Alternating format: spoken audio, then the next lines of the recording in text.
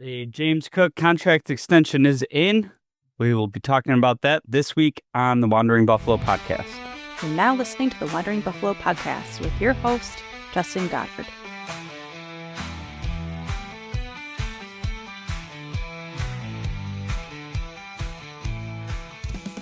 Bills Mafia, welcome into another episode of the Wandering Buffalo podcast, a show on the Buffalo Fanbase Podcast Network. My name is Justin, and I am your host today, and apologies for the delay. I had a anniversary / birthday trip for my wife and I that we went on. So we've been out of town for a little bit over a week, but we missed, I believe, 2 recording days. But we're back, and as I was about to get ready to sit down and record today, wonderful breaking news came across the timeline that James Cook and the Buffalo Bills have agreed to a contract extension, and it's a bit early for the full terms of it, but the initial reports I'm seeing is 4 years, $48 million with $30 million guaranteed, and Brandon Beane afterwards saying that this will go on top of the coming year. So really kind of more like a 5-year deal. His contract will run through 2029. So locking up another core piece of this young depth chart. And I know this has been a super divisive contract negotiation, like kind of amongst Bills fans of, there's a lot that goes into this one. The value proposition of paying running backs, what our cap looks like going forward, some of the other contract implications that come from a deal like this, right? But I think ultimately the big sticking point was that James Cook said he wanted 15 million, and where that would rank him is, among the top few running backs in the league. And it kind of seems that for Bills fans that I've talked to, the question of the contract really came from a question of a couple $1 million a year annually, which, yes, I know in the scheme of the NFL and the salary cap and, kind of how you round out your roster with some of these cheaper veteran options, it's not nothing. But I think for any Bills fans out there that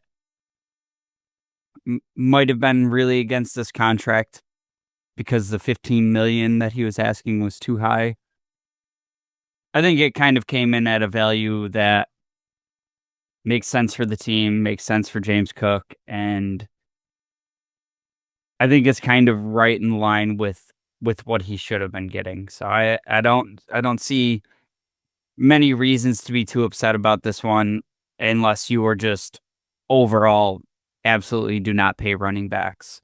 And for being honest, I think that's usually the camp that I've fallen into. I've mentioned throughout this process that was kind of my stance, but then the real world application of it, when it's your guy and it's a second round pick that's been developing and looking better and rounding out his game, and you put the face to the name and everything, and all of a sudden it's a more difficult hard line stance for me. What I like about this contract is James Cook is, after Josh Allen, kind of that most dynamic playmaker on the team as far as, athleticism, big plays, speed burst. I mean, Khalil Shakir can get up there and make an argument for it as well. But we're talking the guy that's going to touch the ball the second most times, the most times after Josh Allen, barring injuries. James Cook being a very valuable piece to this offense last year. And Yes, while the running back position in the NFL has been devalued over the years, I don't think you can really argue with the impact that Cook had for the team last year. And I think about, some of those playoff runs, the extra grittiness he had last year, a little bit more physicality. And I think he's just kind of been rounding out his skill set. And I think from a team perspective, this is, I feel like this is a great contract for the locker room of, Brandon Beane's always talking about draft, develop, extend, and if you're coming in, you're doing what you're supposed to be doing. We're developing, we're seeing progress. He's said not only with his words, but the way he's thrown the money around that if we draft you, we develop you, we like what you're doing as a player for this team, you're gonna get paid in Buffalo. And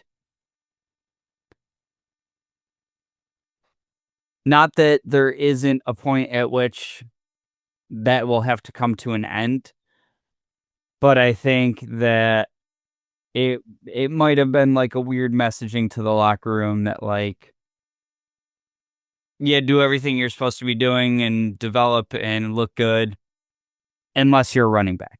And if you're a running back, we're not going to pay you. I think that the only other real example we saw of kind of how this shook out was Tremaine Edmonds. And I mean, ultimately, I'm pretty confident that there was a decently sized contract out there for Edmonds from the Bills. And there's just kind of a evaluation that, the Bears went and exceeded, and he got 18, almost 20 million, something like that. And I mean, I always liked Edmonds as a player. I think there was some holes in his game. So going to the top of the linebacker market would have been tough for me there. But you then also see kind of he's been a similar player for the Bears, but I digress. This is kind of really the only contract situation that's come to the hold in, the missing practices, and I like the way this was handled by the organization as, kind of the messaging of being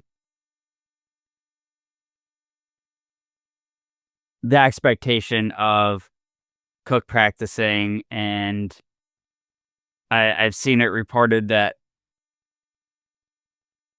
his practicing on the previous practice session was kind of like a handshake agreement. Like the expectation was for him to be out there with his team practicing, and it was kind of a good faith deal in place. And, when he was out there practicing, the deal is kind of finalized at that point.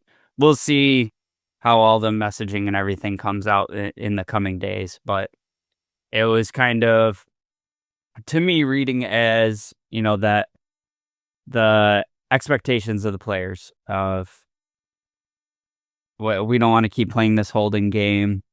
We're close. We're going to get it done, but we need you out there.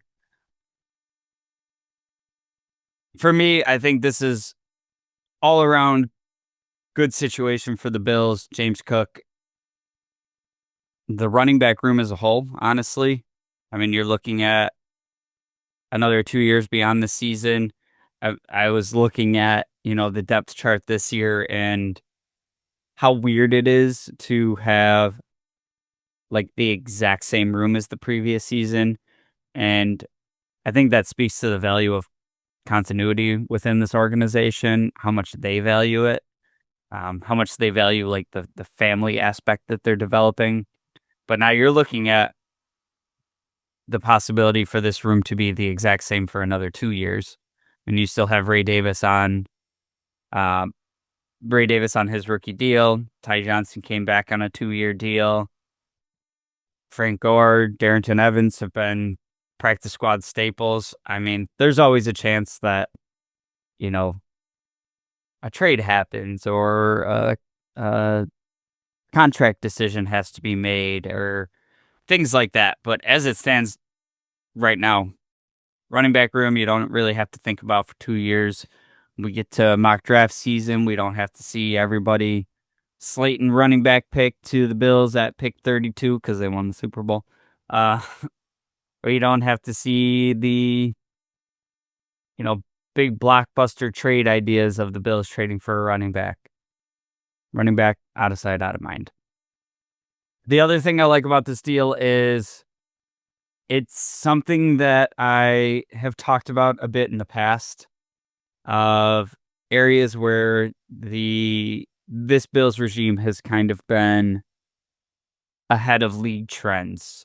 And, we saw that with kind of the like cover two shell defense, the team being very willing to let you get completions and come up and tackle, and the defense kind of being predicated on, you got to put 13, 15 plays together without making a mistake. And then you saw the league kind of move towards that idea of you're not going to get an explosive play on us. We're going to let you nickel and dime us and hope that you make a mistake somewhere. Hope we get off the field on a third down. And then you kind of saw the league go that way. And the more recent one that I've been talking about was kind of with the league switching to that preventing big play defense. It's kind of, with that came smaller, lighter linebackers, more nickel, more dime packages. And kind of the other side of the coin of that was the pivot on offense to, okay, we're going to get back into big bodies. We're going to get back into, some smash mouth running the ball football. And, you see an increase in 12 personnel. You see the 6 offensive linemen with Alec Anderson. You see Mac Hollins kind of motioning to inline blocking formations. And you, with Josh Allen as your quarterback, you saw a pretty high clip of running the ball last year. And layering that into the Cook contract right now, I think this is kind of things going cyclically in the NFL. And while the running back position has been devalued over the years, I think as we kind of get into this layer of the offenses kind of leaning back into run game a bit, with all the limitations on the passing game, I think you're going to see the value in the running backs start coming back up. And, you see a lot of guys out there and that are going to be up for contracts that are impactful running backs. And I think this is, as far as Brandon Beane deals goes, I don't think this is like the most value of contracts that he's given out. I think this is kind of right about what the market value would suggest. I do think that this contract will age well over the next couple of years. I think we're going to see an uptick in running backs getting paid bigger contracts. And this goes into conversations I've had about, something's got to give with these wide receiver contracts when you see, top of the market wide receiver one guys getting 40 million now. And teams have been trying to, basically have 2 of those guys. And again, I use the Bengals as an example with Chase and Higgins. Like, yep, two really good receivers there. You are talking about 70 million in that room. And I think it's kind of as teams try to have that kind of 1-2 punch, those contracts are going to get complicated. And I think that's going to kind of also lend itself towards running backs becoming more valuable. We'll see how it all plays out, but the easy answer to all of this and the complicated questions of contracts and values and all that. Love James Cook. Super psyched to have him back with the team for the foreseeable future, and really excited to kind of put any potential drama here behind us. And kind of leading into the potential drama here, I'll just say Hard Knocks kind of got to be hating this unless they were going for a different vibe this year. Um, I think this was really something can always come up, but I think this was the big drama piece that they were going to have for Hard Knocks was, right as the first episode's about to come out, the Holden comes in, and then, you know, you figure that's going to be a big feature of theirs, and then kind of before the storm can even get going, it's over. And maybe the Hard Knocks vibe was going for just, following a more successful team and what it's looked like. It's usually kind of in histories that typically are kind of following like train wreck organizations and you get a whole bunch of drama with it. If you're not a Bills fan, you're probably not going to enjoy this Hard Knocks season very much, but I'm enjoying it. It feels like maybe like a better produced Embedded series. It feels like I'm watching longer episodes of Embedded, so cool for me. Uh, what does this contract mean for other players going forward? And I think in particular, looking at the interior of the offensive line, we've kind of talked about this, the impact of a contract or not getting a contract when you have Connor McGovern, David Edwards, and Osiris Torrance. Well, Connor McGovern and Edwards in the last year of their contract, and Osiris Torrance becoming contract eligible next season. And I think this is going to be an interesting dynamic going forward. But I don't think it necessarily precludes you from getting at least two of these guys back. And I think that just depends on how Brandon Beane wants to handle this. And we hear him in his press conference immediately after signing Cook about, this contract being about keeping this young core of players together. So what does that mean for some offensive players or offensive linemen that are a little bit older in Edwards and McGovern?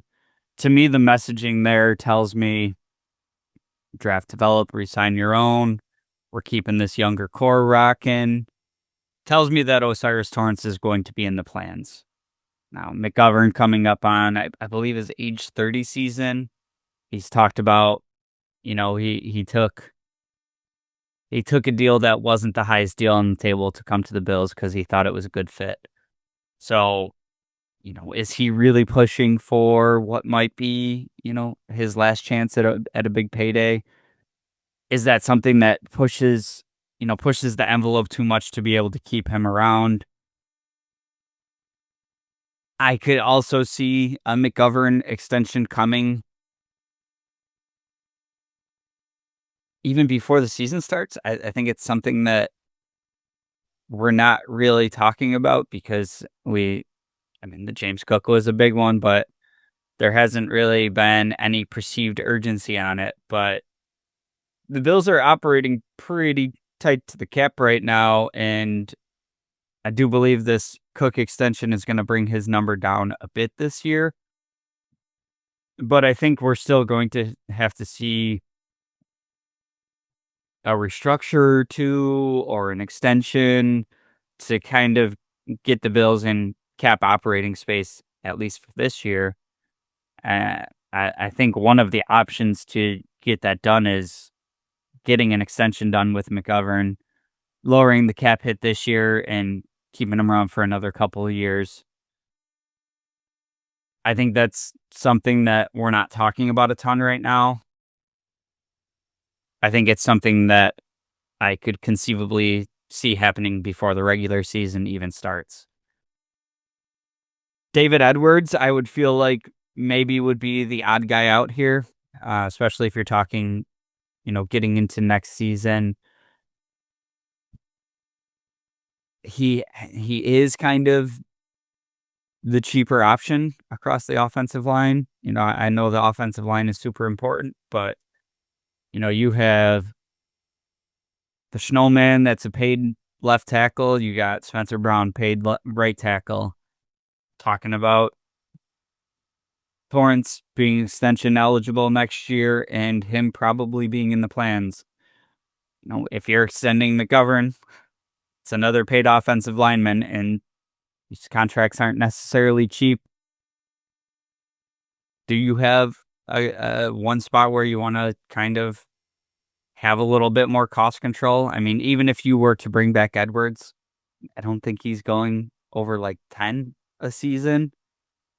But then you do have this pipeline of young guys in Alec Anderson, Van Pran Granger, Tylen Grable. You have some conceivable options after the season of guys that you brought in, young players working with Cromer, developing. Could they feel comfortable, letting McGovern and Edwards walk and replacing those with some of these younger guys? Maybe. We'll see. But I think another factor into this is kind of being able to push things out a little bit and deal with these as they come up next year.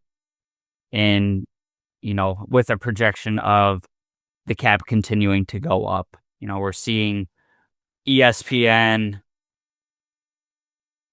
is, finalizing purchasing the red zone. I think that's probably something that'll make the cap go even further up. The cap is going up every year in the NFL, and until that doesn't, we'll cross that bridge then. But I think if you can kind of wait to deal with these contracts, it might be a little bit more viable to keep two of these three guys. I don't think you're ever going to get all three.